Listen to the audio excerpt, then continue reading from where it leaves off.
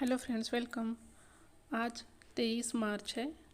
23 मार्च को शहीद दिवस के रूप में मनाया जाता है। तो देखेंगे 23 मार्च को शहीद दिवस मनाया जाता है, वह क्यों मनाया जाता है। 23 मार्च को ही भगत सिंह सुखदेव राजगुरु को 23 मार्च 1931 को लाहौर के सेंट्रल जेल में फांसी दी गई थी।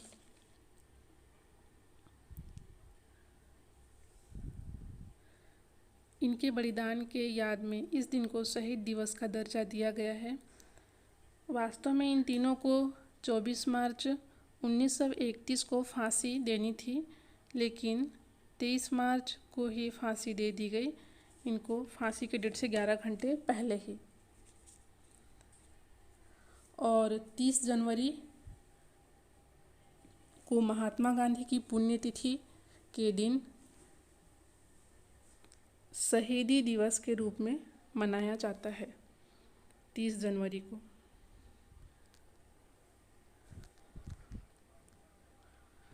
देखें तो भगत सिंह का जन्म 28 सितंबर 1907 को हुआ था। मृत्यु 23 मार्च 1931 को।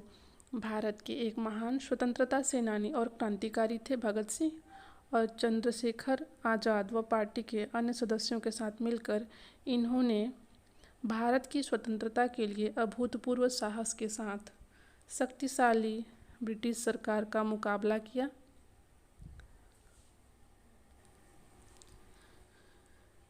तो फांसी क्यों दी गई, ये देखते हैं। पहले लाहौर में बर्नी सैंडर्स की हत्या की और उसके बाद दिल्ली के केंद्रीय संसद सेंट्रल असेंबली में बम विस्फोट करके ब्रिटिश साम्राज्य के विरुद्ध खुले में विद्रोह की बुलंदी प्रदान की।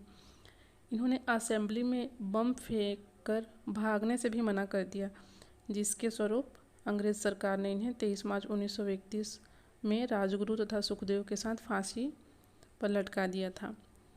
एक्चुअली 30 अक्टूबर 1928 को साइमन कमीशन लाहौर पहुंचा और लाला लाजपत राय की अगुवाई में इंडियंस ने विरोध प्रदर्शन किया। भारतीय यहाँ पे साइमन कमीशन के विरोध में विरोध प्रदर्शन कर रहे थे लाला लाजपत राय की अगुवाई में। क्रूर सुप्रिटेंडेंट जेम्स स्कॉट ने लाठीचार्ज का आदेश दिया।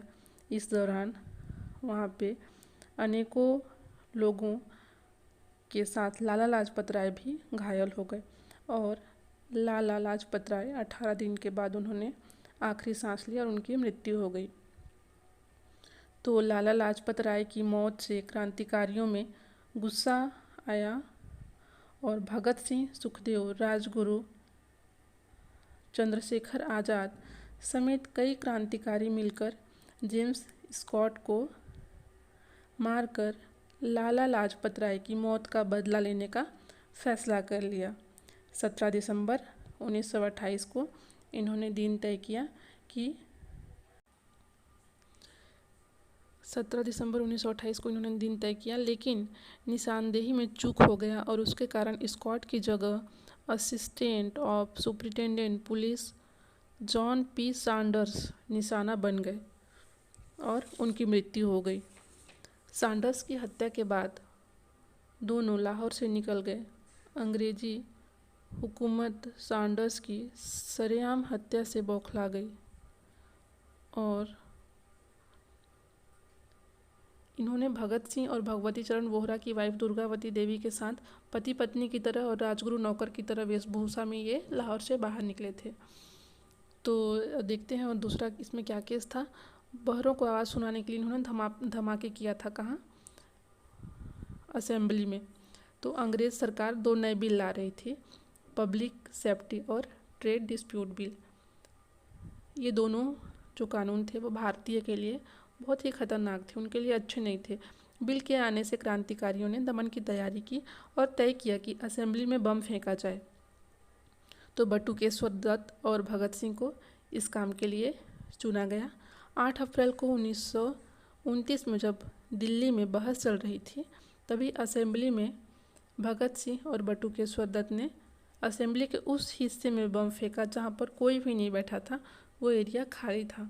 वहाँ पर उन्होंने बम फेंका और इंकलाब जिंदाबाद के नारे लगाने शुरू कर दिए और वो उसके बाद वहाँ से नहीं भागे।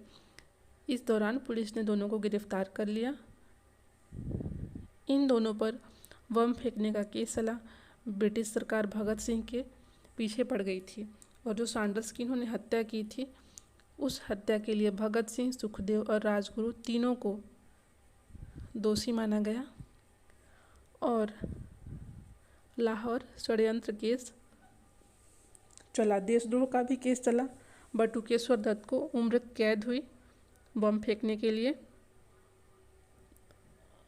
और 7 अक्टूबर 1930 को फैसला सुनाया गया कि भगत सिंह, सुखदेव और राजगुरु को फांसी की सज़ा होगी, जो कि इन्होंने तय किया 24 मार्च 1931। लेकिन इन्होंने एक दिन पहले 23 मार्च को ही शाम में फांसी पर लटका दिया तीनों को और 11 घंटे पहले ही इनको डर था कि कोई विद्रोह ना हो इनके अगेंस्ट, इसीलिए इन्होंने पहले ही फांसी पर लटका दिया। तो इसलिए इस दिन से शहीद दिवस के रूप में मनाया जाता है। तो आज के लिए क्लास इतना ही। Thank you very much last तक वीडियो देखने के लिए। और अगर आपने सब्सक्राइब नहीं किया तो सब्सक्राइब कर लीजिएगा और बेल आइकन भी प्रेस कर दीजिएगा, जिससे इसमें जितने भी वीडियो अपलोड होंगे उसके नोटिफिकेशन आपको मिल जाएंगे। और अगर आपको कुछ एडवाइस देना है तो कमेंट्स कर सकते हैं। आज के लिए इतना ही, बाय बाय।